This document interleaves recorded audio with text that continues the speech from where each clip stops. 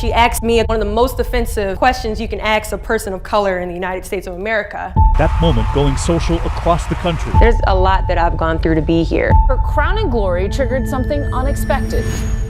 You're the first military woman in Miss USA. You know, Commander, you're looking really hot today. I'm somebody that has had some serious battles in their life. There are moments where you really do have to prove yourself. I was in a very militant household. She joined the military at 17. I never wanted to compete in pageants.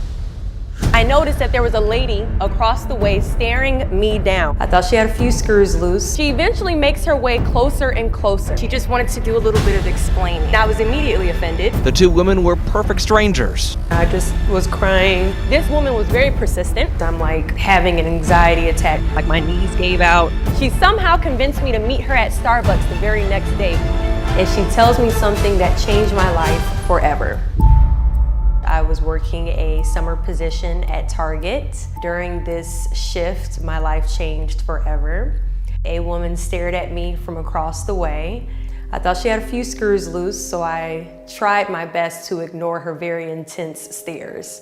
She eventually makes her way over to me and asks me the most offensive question you can ask a person of color. "Were you born in this country?" And I was immediately offended. And I said, "Yeah. I was born in this country." And then she says, "Do you have any kids?" I said, "No, I don't have any kids."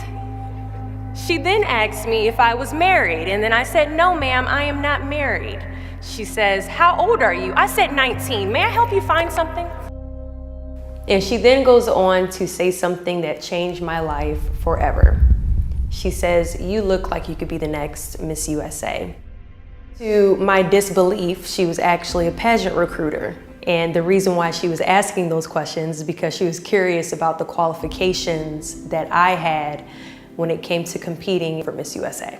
And I laughed at her hysterically at the thought. I was like, "Listen, lady, this is my second year at Virginia State University. I'm in the ROTC program, which means that in 2 years, I'll be commissioning as an officer in the United States military, and I have all intention on going active duty. I'm not a pageant girl." And she says, "You know what, please, please, please meet me at Starbucks tomorrow. I would love to just sit down and talk to you about it." And I must have been a pretty open-minded 19-year-old because I actually met this crazy lady at Starbucks the next day. She shows up with this foot-tall stack of pageant books and somehow convinces me to enter into my very first pageant, which I did 3 months later. Just a few months after the Target conversation, we went to a dress shop, and it was probably only maybe my second time picking out a dress in my life. And I remember going through all these pretty gowns, feeling like I looked bony. I remember putting the dress on and coming out, and it was her. I don't like the way that I look. I don't like the way that I look right now at all. In high school and in middle school, but mostly in high school, I was heavily bullied. I had this one bully. She'd be the person that I would do everything that I could to avoid, because in the hallways, she would bully me ruthlessly. She would say, you know, "Skinny, skinny, you know, orangutan," because my arms are long. She would just say, "Wow, look at how big your feet are." And I would honestly say she's probably one of the bigger contributors to why my self-esteem growing up was very low. And I remember looking at myself in the mirror as I'm like having an anxiety attack. Leslie, she walked up to me and rubbed my back, and she said, "You know, when I saw you in Target, I saw something in you, and I see you glowing right now. I think you look amazing, and I think you could easily win this competition, and I think you can easily win Miss USA. You just have to believe in yourself, because if not you, then who?" So 3 months later, I compete in my first pageant, and I lose. I go back the second year, compete in the state pageant. I lose. Go back the third year, compete in the state pageant, and lose. Go back the fourth year, compete in the same pageant, and lose. I go back the fifth year, y'all. Compete in the state pageant and lose. But guess what? I go back the sixth year. Guess what happens? I lose. It was actually my dad. My dad that told me, you have to stop this. It's not that I don't think that you can, I just don't know if they will give you this crown. I was prepared to quit. I called that woman on the phone and said, you told me I could be the next Miss USA. I've been at this for 6 years and this is failing epically. She says, Deshauna, keep trying. Keep trying, I have a good feeling. I said, your good feeling is garbage. I've been at this a long time. She says, keep going. I said, okay. And I was gonna message her, telling her that I had a pageant in 2 months and that I wanted her to come, that I was competing for Miss DC USA. And when I went to her page on Facebook, there were just all these RIPs going up and down her timeline.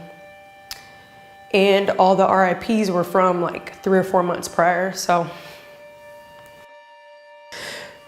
I never got to say goodbye.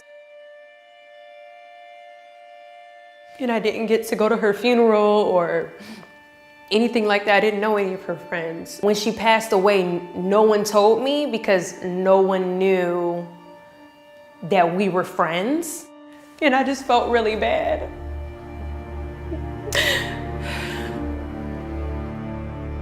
With Leslie, she was battling leukemia for about 2 or 3 years. I would message her and send her the dates for my pageant and say, hey, you know, I would love for you to come out. She'd say, I'm so sorry, I can't make it. I just always assumed she was gonna be okay. It was very tough competing that December. And I spent that entire 2 weeks remembering Leslie. I wanted to prove her right, that what she saw and who she saw on Target was actually someone that could be Miss USA. When the competition happened, I called my mom. She said, I'm watching you, Leslie's watching you, everybody's watching you. I had an immediate anxiety attack. I was crying. And I just said, I don't want to go out there. I'm terrified because you could hear the people, thousands of people. It's the T-Mobile Arena in Las Vegas and it's huge. I remember just looking at myself in the mirror and saying, if not you, then who? I looked around and I just saw all these amazing women that are more than capable of being Miss USA. But I just kept telling myself, if not you, then who? If not you, then who? And then it got down to myself and Miss Hawaii USA. We held hands and I said, thank you God for first runner-up. This has just been such an awesome experience because I just knew I was gonna lose against her. District of Columbia!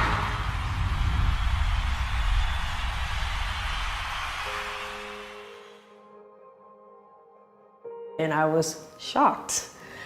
And I remember looking out into the stands and seeing so many people jumping for joy, including my friends, you know, my family members that came. And I wish it could have been Leslie sitting in the stands. But I could feel that in my spirit. I could feel something saying, I told you so. And I think it was her saying to me, like shining down from the heavens, you see, I told you you could be the next Miss USA. Life wouldn't have been the same, and I'm thankful that I was working in women's department and that she decided to come to Target that day, because I just don't think I would have known how capable I am if it had not been for her. I appreciated that she was able to be that for me. I continue to carry that quote, if not me, then who, through life. At times, our purpose drops in our laps as if the heavens threw it by accident. Do not fear failure, but please be terrified of regret. As giving up is the birth of regret. You will have 100 moments that will be filled with someone telling you no. The reality of life is that we will all hear more no's than we hear yeses. And we will fail a lot, and I mean a whole lot. But what I ask of you today is to not take no for an answer. Don't be afraid of no's. Be afraid of the possibility of a yes that you have prematurely destroyed because you decided to quit before the clock strikes 12.